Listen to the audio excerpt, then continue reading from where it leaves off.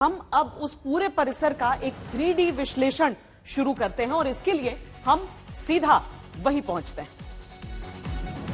तो एक बार फिर पूरा विवरण देने के लिए हम काशी विश्वनाथ के परिसर में ही पहुंचे हैं, नंदी जी के पास पहुंचे हैं, जो अभी भी प्रतीक्षा में अपने महादेव के यहीं पर दिख रहे हैं। लेकिन वो सारी चीजें जो अभी तक मिली हैं, जो सारे साक्ष्य अभी तक मिले हैं, जो रिपोर्ट पेश की गई है कोर्ट में, ये सारी चीजों को समझने के लिए और काशी विश्वनाथ से लेकर जो ज्ञानवापी परिसर है वहां तक हर एक बात को समझने के लिए मैं अपने साथ इस समय एक बहुत ही खास मेहमान को यहां पर बुलाऊंगी।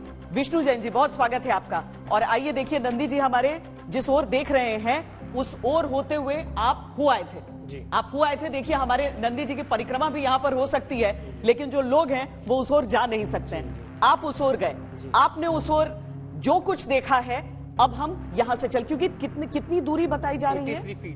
83 फीट से, और एकदम स्ट्रेट है, एकदम स्ट्रेट। मतलब जिस ओर देख रहे हैं उस ओर एकदम सीधा 83 फीट पे शिवलिंग मिला। तो चलिए, हमारे भी इस जो सेट है जो हमने आपके लिए तैयार किया है, उसमें भी आप यहां से पार नहीं कर सकते हैं। उसके लिए भी हमें प्रवेश करना होगा दूसरी तरफ से ही। वहां चलते हैं और वहां विष्णु जैन जी एक एक सबूत जो उन्हें मिला था, आंखों देखी पूरी, उनकी सुनी। तो हम वजू खाने के बाहर इस समय आ गए हैं और इस वजू खाने को अब सील किया जा चुका है। क्यों? क्योंकि वहां पर जो एक अभी अदालत में जिसे काली शिला कहा जा रहा है, जिसे हिंदू पक्ष कह रहा है शिवलिंग है और मुस्लिम पक्ष कह रहा है कि फव्वारा है, तो ये वजू खाना जो हमारे स्टूडियो में है वो अभी सील नहीं है।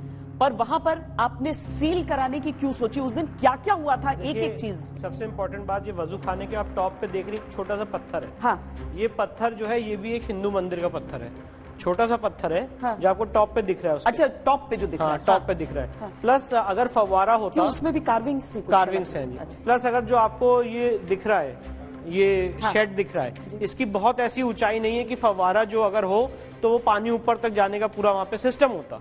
पर ऐसा यहाँ पे कुछ नहीं, क्योंकि फव्वारा जो है उसको भी हम समझते हैं और शिवलिंग को भी समझते हैं। फव्वारे की पूरी एक सिस्टम होता है नीचे से पानी आके ऊपर तक जाने का, और उस स्थिति में ये जो आप टीन शेड देख रही हैं ये नहीं होता। कुछ पाइप्स वगैरह थे फव्वारे के साथ? नहीं, कोई पाइप्स नहीं थे, कोई उपकरण ऐसा कुछ नहीं, एकदम पूरा शिवलिंग था।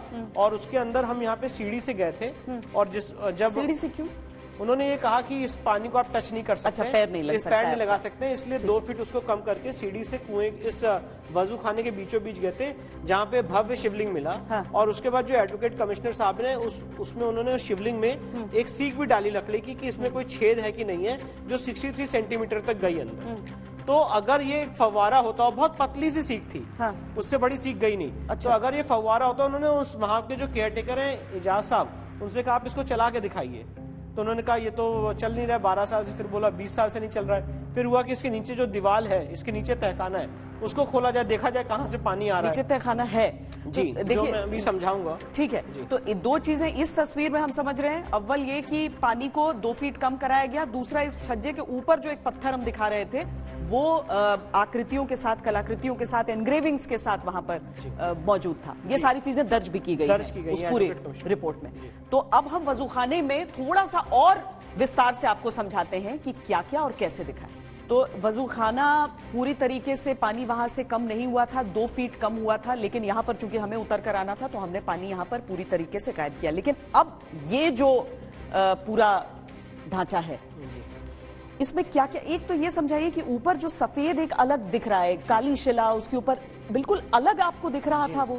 मुझे एकदम अलग लग रहा था। हाँ। और वो एडवोकेट कमिश्नर ने अपनी रिपोर्ट में भी मेंशन किया है कि जो उनका बाकी बयान आए हैं कि वहां पे एक अलग से कुछ सीमेंट जैसे स्ट्रक्चर लगाए गए, हाँ। जिसको शायद टूटा हुआ है, जो टूटा हुआ है, जो 5 भागों में बटा हुआ है। हाँ। तो ये जो शिवलिंग है इसका तो बहुत भव्य स्वरूप है। अच्छा, कई लोगों ने कहा कि वो नोजल है फव्वारे का, जो 5 भागों में बटा हुआ। नहीं, फव्वारे का नोजल नहीं था वो। एक अलग से कुछ सीमेंटेड चीज थी जो उसके ऊपर रखी हुई थी। हाँ। और यहाँ पे सीख भी डाली गई इस शिवलिंग में कि कितने डीप है, अगर फव्वारा है तो कितना बड़ा वहाँ पे वाटर मैनेजमेंट सिस्टम है, और ऐसा कुछ नहीं था। और मैं ये बात बहुत महत्वपूर्ण बताना चाहता हूँ, ये पूरे शिवलिंग का आकार का है, और इस पूरे एरिया में जो ये जो मतलब यहाँ से तो देखिए हम ये देख रहे हैं थोड़ा सा भी, अगर हम तो और डीपर गए थे, तो आपने इसमें जब देखा ऐसे झांक कर, पूरा शिवलिंग था वो, पूरा नीचे तक शिवलिंग है, काफी बड़ा शिवलिंग है, काफी विशाल शिवलिंग है।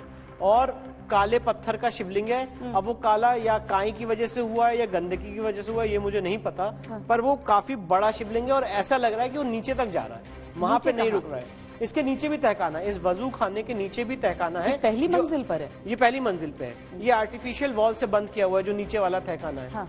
तो वहां पे भी अभी जाना है और शिवलिंग का पूरा साइज एसर्टेन होना है। तो आप सोच रहे हैं कि उसके लिए भी आप, क्योंकि कोर्ट कमिश्नर कह रहे थे कि कोर्ट कहेगा तो हम करेंगे। हाँ, उसके लिए भी अपने एप्लीकेशन। और वो कह रहे थे वहां कोई ताला नहीं है, वो कह रहे थे वो दीवार है। दीवार आर्टिफिशियल वॉल है, आर्टिफिशियल वॉल है। जैसे एक कमरे से दूसरे कमरे में जाना है तो उसको आप आर्टिफिशियल वॉल से बंद कर दें, वैसी दीवार है। अच्छा, वैसी दीवार है। तो हम ये चाहते हैं कि वो दीवार हटे कि हम इस शिवलिंग या फव्वारे के नीचे जा सके।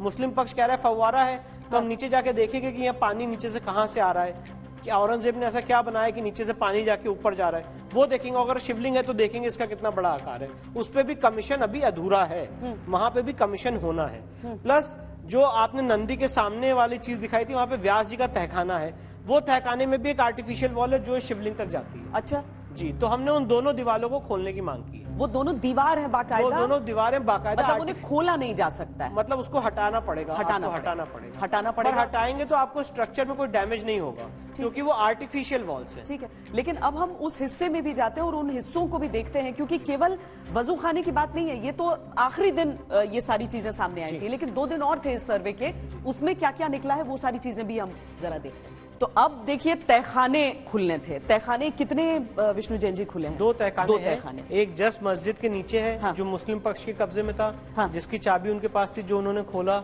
जिसमें हमें खोलते ही वहां पे पिलर मिले जिसमें हिंदू देवी देवता बने हुए थे, घंटियां बनी हुई थी, और वो जो खंबा था वो एक हिंदू मंदिर का था।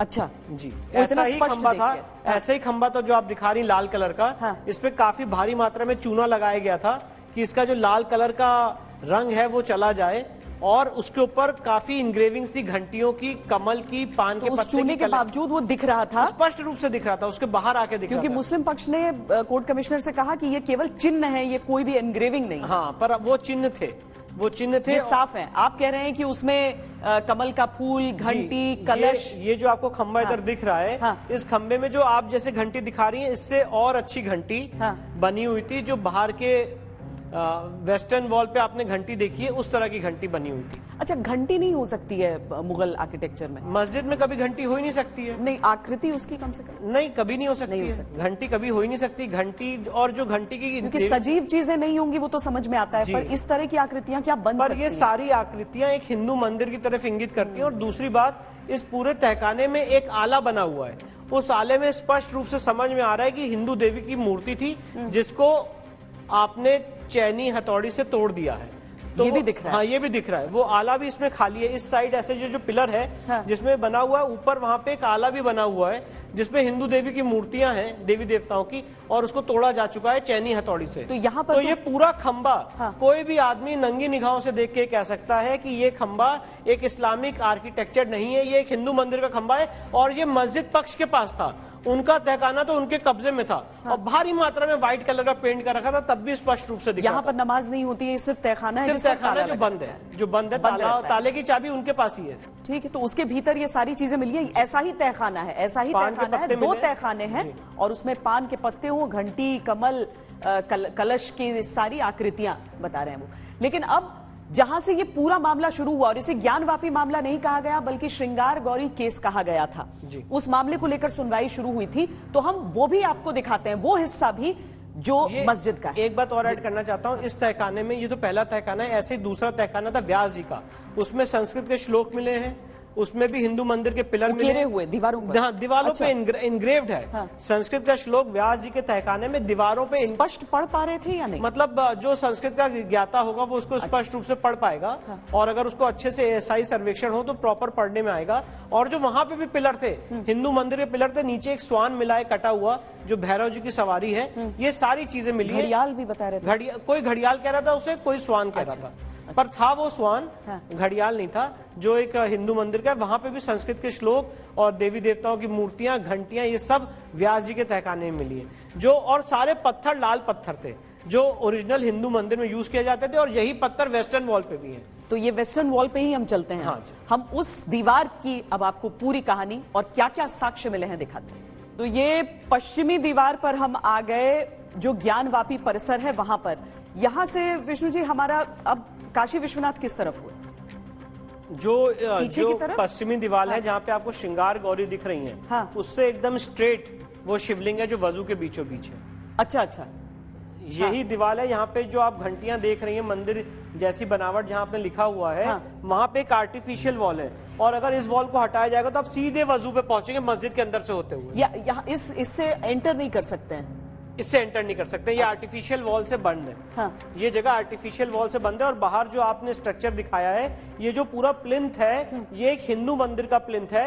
यहाँ पे माँ श्रृंगार गौरी की प्रतिमाएं, गणेश जी की प्रतिमाएं, और वो जो पूरा प्लिंथ का पत्थर आपको दिख रहा है, यहीं पर पूजा 92 तक होती थी? जी, यहाँ पे पूजा 92 तक होती थी। आज भी अब कॉरिडोर बन गया है। हाँ। तो अब यहाँ पे लोग पूजा कर सकते हैं। बीच में कॉरिडोर कहाँ से आती है? ये कॉरिडोर पीछे से आता है। अच्छा, इस जहाँ खड़ी है इसके पीछे से, हाँ। वो कॉरिडोर का रास्ता आ रहा है, जो आप श्रृंगार गौरी के दर्शन करते हुए गेट नंबर 4 से बाहर जा सकते हैं। तो मतलब ये पॉसिबल है कि वो रोज पूजा कर सकें और ऐसा कोई मुश्किल ना आए? देखिए, 92 से पहले यहाँ पे पूजा नहीं होती थी। हाँ। और अब 92 के बाद यहाँ पे अब ये कॉरिडोर बनने के बाद पूजा शुरू हुई है। पर ये श्रृंगार गौरी का सिर्फ विग्रह है। हाँ। असली देवी अंदर है। अच्छा। जहाँ पे पूजा होनी थी। हाँ। पर ये तो सिर्फ एक टूटा हुआ उनका सिर्फ चौखट है। नहीं, तो मांग क्या हो रही है कि अंदर पूजा करने अंदर के जो वहाँ पे हमारी देवी देवता है उसको देखा जाए। अच्छा। वहाँ पे भी कमीशन कराया जाए। और ये तो सिर्फ देवी, जैसे मंदिर का चौखट है। हाँ। ये मंदिर की ओरिजिनल एंट्री थी।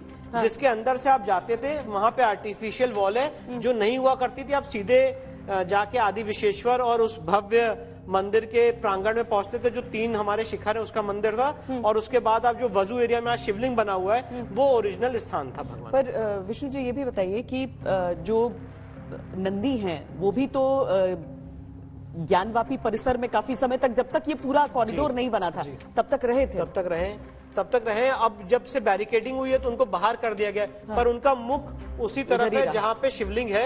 और ये किस ओर था? कूप उधर था या जस्ट बगल में? नहीं, लेकिन वो था कहाँ? मतलब वो जब नंदी उस परिसर, देखिए, एक मंदिर के अंदर काफी कूप होते हैं जी। ये जो आज हमें शिवलिंग मिला उसके जस्ट बगल में भी एक कूप है, जिसको भी हमने खुलवा के देखा। हाँ, वहाँ बताया जाता है ज्ञानवापी कूप की श्रृंखला है। तो वहाँ पे एक कूप और मिला है, कुआं, जो इन्होंने ढक रखा था काफी क्या कहते हैं प्लेट से। उसको भी मिला, उसकी भी फोटोग्राफी हुई है। तो ये पूरे विस्तार के साथ, हालांकि और ये वेस्टर्न वॉल बड़ी इंपॉर्टेंट है। इस वेस्टर्न वॉल में आपको देवी देवता के आले दिख रहे हैं, जहाँ देवी देवताओं की मूर्तियां रखी जाती, घंटियां दिख रही हैं, गणेश जी दिख रहे हैं, हाथी दिख रहा है। और यही वेस्टर्न वॉल की कलाकृति, एग्जैक्टली यही वेस्टर्न वॉल की कलाकृति मस्जिद के अंदर भी है।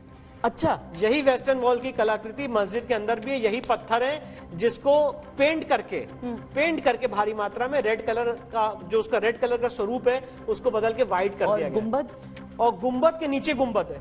गुंबद के नीचे हिंदू मंदिर के शिखर का गुंबद है, जिसका शिखर काट रखा है। उसके अंदर भी कमल की कलाकृतियां मिली हैं। और ये गुंबद में जाने के लिए भी खिड़कियां थी, जिसके तीनों गुंबद के अंदर एडवोकेट कमीशन ने कमीशन किया है और फोटोग्राफी की है। और ऐसा किसी भी इस्लामिक मुस्लिम पक्ष ने ये कहा है कि ऐसा नहीं है, किसी भी गुंबद को बनाने के लिए निर्माण वैसा होता है, अब उसकी जांच होनी है। अब उसकी जांच होनी कि वो पत्थर क्या है और ये पत्थर क्या है, ये तो आगे फर्दर जांच का विषय है। पर जो प्राइमा फेसाई है, गुम्बद के अंदर गुम्बद कभी नहीं होता। आप किसी भी मस्जिद में जाएंगी तो नीचे से आप पूरा गुम्बद देख सकती हैं, पर यहाँ पे आपको पूरा जो आउटर गुम्बद है वो नहीं दिखेगा। अच्छा, आउटर गुम्बद अंदर से नहीं दिखेगा। सीलिंग नहीं दिख रहा है, सीलिंग नहीं दिखेगा आपको, एक और दिखेगा, मतलब जो मैंने आपको शिखर बताया वो दिखेगा। रोज काशी की गर्मी में विष्णु जैन जी और वो पूरी टीम जो वहां पर जा रही थी, वो 4-4 घंटे रोज लगा रहे थे आप लोग वहां पे।